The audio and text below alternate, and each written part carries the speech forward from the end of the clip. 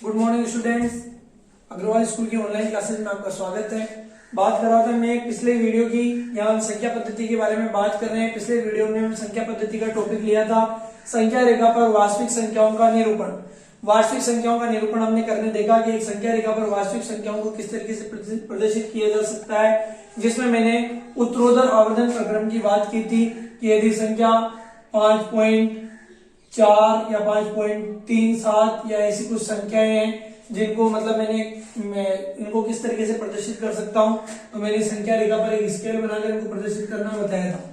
आज मैं उसी टॉपिक से आगे वास्तविक संख्याओं का निरूपण दशमलव के बाद कुछ संख्या तक यदि मेरे को दे दी जाए, फिक्स संख्याएं कितने तक ज्ञात करना है तो मैं किस तरीके से ज्ञात कर सकता हूं, तो आओ हम देखते हैं इस क्वेश्चन के द्वारा। क्वेश्चन दिया है हमारे को 5.37777 रिपीटेशन हो रहा है संख्या को, यानी अशांत आवृत्ति संख्या है, शांत नहीं है, अनवसन आवृत्ति है। तो ये है 5.37 बार, इसको मैं बोल सकता हूं।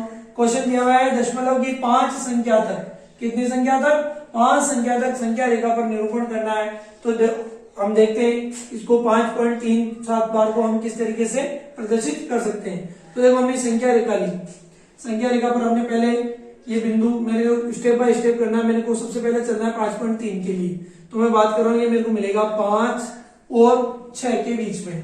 5 और 6 के बीच में मैंने बताया मेरे को एक स्केल लेते हैं हम, स्केल यानी संख्या रेखा, उसमें 1 और 2 1 सेंटीमीटर के बीच में 10 छोटे छोटे खाने होते हैं, यानी एक से दूसरी संख्या के बीच में 10 उत्तरोत्तर लाइनें होती है, जिनको आप देखें 1 2 3 4 5 6 7 8 और 9 और ये 10, मेरा 6 यहाँ बना लिया, 1 2 3 4 5 6 7 8 9 और 10। तो ये मेरा होगा 5.1 5.2 5.3 5.4 5.5 5.6 5.7 5.8 5.9 और ये 6। मेरे को देखो मेरे को क्या लेना है, 5.3 कहां पर आएगा, ये मेरा 5.3 है, 5.2 और 5.2 और 5.4 के बीच में, ठीक है। तो ये मेरा 5.3 मेरा आ चुका है। अगला मैं देखूं, ये मेरे को संख्या मिल चुकी है, ठीक है। ये मेरा 5.37 मेरे को देखना है, जो मेरा आएगा 5.3 और 5.4 के बीच में, या मैंने एक ली 5.3 और ये मेरा 5.4, इसके बीच में वापस वही 10 संख्या 10 लाइनें, 1 2 3 4 5 6 7 8 9 और ये मेरा 5.4, 5.31 5.32 5.33 5.34 5.35 5.36 5.37 5.38 5.39 और उसके बाद 5.40 या 5.4 आएगा। तो मेरा यहाँ पे बात करो मेरे को क्या लेना है, 5.37 कहाँ पहुंच गया मैं, ये 5.37 यहाँ पर। 5.37 के बाद में फिर 7 है, तो ये मेरा 5.37 और 5.38 के बीच में आएगा। तो ये मेरा 5.37 और ये मेरा 5.38।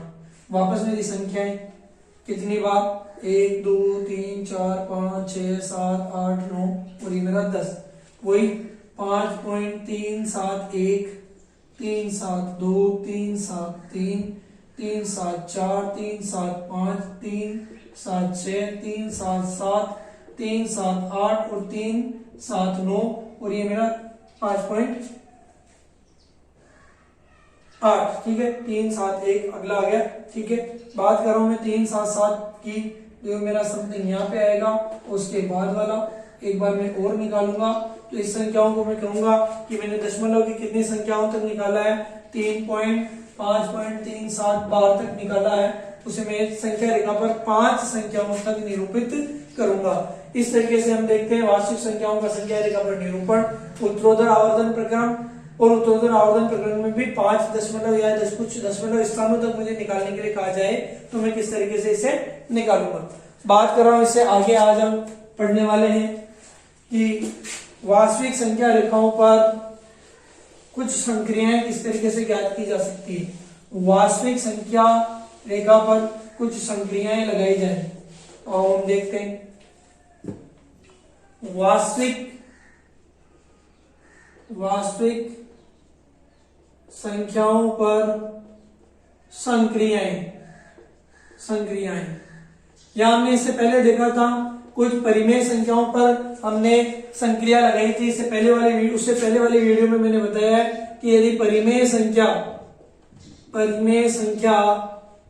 पर संक्रिया, जोड़, बाकी, गुणा और भाग जैसी व्यवकलन यानी एडिशन, सब्ट्रैक्शन, मल्टीप्लाई और डिवाइड, जो 4 मेरी संक्रियाएं यदि मैं जोड़ूं करने पर मुझे प्राप्त संख्याएं कैसी परिमेय संख्या प्राप्त होगी।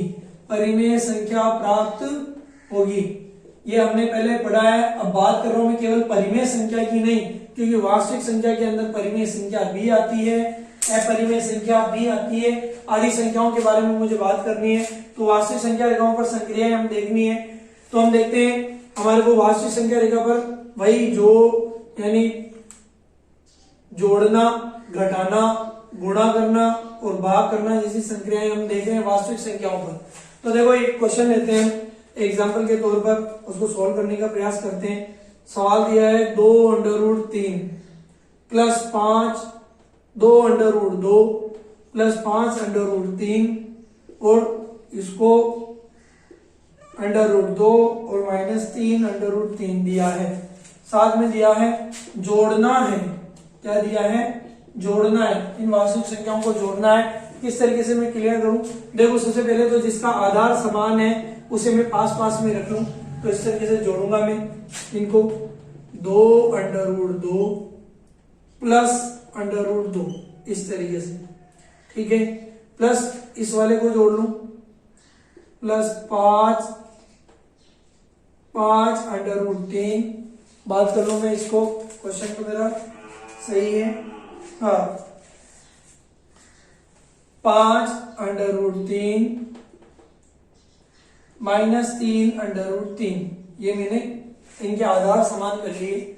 अब मैं इनको जोड़ लेता हूं। यहां से मैं क्या ले सकता हूं? √2 क्या ले सकता हूं? कॉमन ले सकता हूं। √2 क्या ले सकता हूं? कॉमन। तो मेरे पास क्या बचेगा? यहां से √2 कॉमन लूंगा तो मेरे पास बचेगा 2, प्लस यहां से लूंगा तो क्या बचेगा 1, और ये मेरा √2 कॉमन, प्लस यहां से मैंने लिया √3 कॉमन, तो ये मेरा बचेगा 5 - 3 और ये √3 मेरा कॉमन। ये मेरे पास में क्या आया यहाँ पर? 2 और 1 3 √2 प्लस 5 में से 3 गए, मेरे कितने बचे? 2√3। ये जोड़ने पर मेरे को ये संख्याएं प्राप्त हुई। ये वास्तविक संख्याओं पर जोड़ की संक्रिया हमने देखी। इसी तरीके से हम वास्तविक संख्या पर एक एग्जाम्पल और लेते हैं और गुणा की प्रक्रिया देखते हैं। गुणा की प्रक्रिया, ये थी मेरे लिए जोड़ की प्रक्रिया। अब मेरे लिए गुणा की प्रक्रिया देखता हूं। एक एग्जाम्पल लेता हूं। क्वेश्चन मेरे पास है 6√5 प्लस 2√5 को मेरे को गुणा करना है। तो देखो मैंने कहा इनको मेरे को गुणा 6√5 प्लस नहीं गुणा ही करना है, जोड़ का निशान नहीं है। 6√5 गुणा 2√5 मुझे करना है। तो इसे मैं इस तरीके से लिख सकता हूं सॉल्यूशन इसका कि 6 × 2 गुणा में ही है, इंटू ये क्या मेरा √5 और ये क्या मेरा √5, इनको अलग अलग लिख दिया मैंने। ये भी गुणा में है ना, 6√5 इसे लिख सकता हूँ और 2√5 इसे लिख सकता हूँ। बीच में गुणा का निशान है तो मैंने इस तरीके से जमा दिया। तो 6 × 2 तो कितने हुए? 12। √5 को √5 से गुणा करने पर संख्या आती है 5। कितनी आती है? 5। √ की दो समान संख्याओं को गुणा करने पर वही संख्या प्राप्त होती है, ठीक है। तो ये मेरा गुणा आ गया। गुणा करने पे 12 × 5 मेरा 60 मेरे को आंसर मिल जाएगा। ये दो मैंने प्रक्रियाएं यहाँ पर देखी। तीसरी प्रक्रिया में देखता हूँ भाग की प्रक्रिया। तीसरी प्रक्रिया देखो, जोड़ और घटाना यहाँ पे दोनों आ गई थी। यहाँ पे ये घटाने वाली प्रक्रिया भी इसके अंदर आ गई। गुणा वाली प्रक्रिया हमने यहाँ पे देख ली। एक भाग वाली प्रक्रिया हम फिर देख लेते हैं कि वास्तविक संख्याओं पर भाग की प्रक्रिया किस तरीके से हो सकती है। वास्तविक संख्याओं पर भाग की प्रक्रिया, ये भाग की प्रक्रिया पे हम एक क्वेश्चन देख लेते हैं। क्वेश्चन लेते हैं हम एक कि 8√5 में भाग देना है 2√3 का। हमारे को 8√5 में 2 अंडर रूट 3 का भाग देना है 8 अंडर रूट 15, सॉरी इस क्वेश्चन में दिया हुआ है 8 अंडर रूट 15 में 2 अंडर रूट 3 का भाग देना है। तो देखो हम यहाँ पे क्या कह सकते हैं, ये 8 अंडर रूट 15 को क्या हम लिख सकते हैं ऐसे, under root 5 into under root 3, गुणा करने पे क्या हो जाएगा अंडर रूट 15। ठीक है, नीचे भाग में क्या है, टुकड़े कर दिए मैंने अंडर रूट 15 की, इसको मैं ले सकता हूँ 2 अंडर रूट 3। ठीक है, भाग देने पे मेरे को पता है अंडर रूट 3 से अंडर रूट 3 कट रहा है और 2 का भाग 8 में 4 बार जा रहा है, तो भाग देने पर मेरा संख्या बच रही है 4 अंडर रूट 5। तो इस तरीके से वास्तविक संख्याओं पर जोड़, बाकी, गुणा और भाग जैसी संक्रियाएं हम देख सकते हैं। फिर ये हमारा टॉपिक है, इन वास्तविक संख्याओं की संक्रिया के आधार पर हम एक्सरसाइज 1.4 के 2 ही क्वेश्चन है जो आपके लिए, एक तो उत्तरोत्तर आवर्धन प्रकरणों का है और एक दिया हुआ है दशमलव की 3 या 4 संख्याओं तक वास्तविक संख्या को प्रदर्शित करना संख्या रेखा पर। तो हमारे को दोनों एक्सरसाइज 1.4 के क्वेश्चन करने हैं, उससे आज हम आगे चल रहे हैं। और ये हमने कुछ प्रक्रियाएं देखी, उसके बाद कुछ गुणधर्म है वो हम लिख लेते हैं कि किस तरीके से सॉल्व किया जाए। तो गुणधर्म है कुछ इस प्रकार के, ये देखो, यदि ए वास्तविक संख्याओं के लिए गुणधर्म, यदि ए व बी धनात्मक, ए व बी धनात्मक वास्तविक संख्या, धनात्मक वास्तविक संख्या, धनात्मक वास्तविक संख्या हो तो किस तरीके से बता सकता हूं। पहली मेरी संक्रिया है under root A B, under root A B, तो इसको मैं इस तरीके से प्रदर्शित कर सकता हूं under root A under root B, यानी अलग अलग गुणा के रूप में मैं प्रदर्शित कर सकता हूं। दूसरी संक्रिया है मेरी, यदि अंडर रूट में ए भाग बी है तो इसे मैं इस तरीके से अलग प्रदर्शित कर सकता हूं अंडर रूट ए अपॉन अंडर रूट बी। तीसरी बात, मैं इसको इस तरीके से प्रदर्शित करूं कि मुझे दिया हुआ है under root A plus under root B और अंडर रूट ए माइनस अंडर रूट बी, इसको मेरे को प्रदर्शित करना है। तो मैं किस तरीके से प्रदर्शित करूंगा, ये मेरा गुणा का निशान है, तो अंडर रूट ए से ये मेरा ए माइनस बी बच जाएगा। इसका सॉल्यूशन दिए हुए हैं, ये डायरेक्ट हमारे को काम में लेने हैं फॉर्मूले की तरह। तो ये हमारा तीसरा। चौथा है हमारे पास में ए प्लस अंडर रूट बी और गुणा में दिया हुआ है ए माइनस अंडर रूट बी, तो मेरे पास क्या बचेगा, देखो गुणा में इसमें अंडर रूट नहीं है तो ये मेरा बचेगा ए स्क्वायर माइनस बी, क्या बचेगा मेरा ए स्क्वायर माइनस बी। इसके बाद में बात कर रहा हूं आपका एक फॉर्मूला और बचता है, जो फॉर्मूले के तौर पे है under root A plus under root B, under root A plus under root B और under root C plus under root D, इस तरीके का फॉर्मूला तो मेरे पास बचेगा। इनका गुणा में मैं इसको बता सकता हूँ, यहाँ भी गुणा ही है तो इसको मैं लिख सकता हूँ under root A under root सी गुणा plus under root A under root D का गुणा।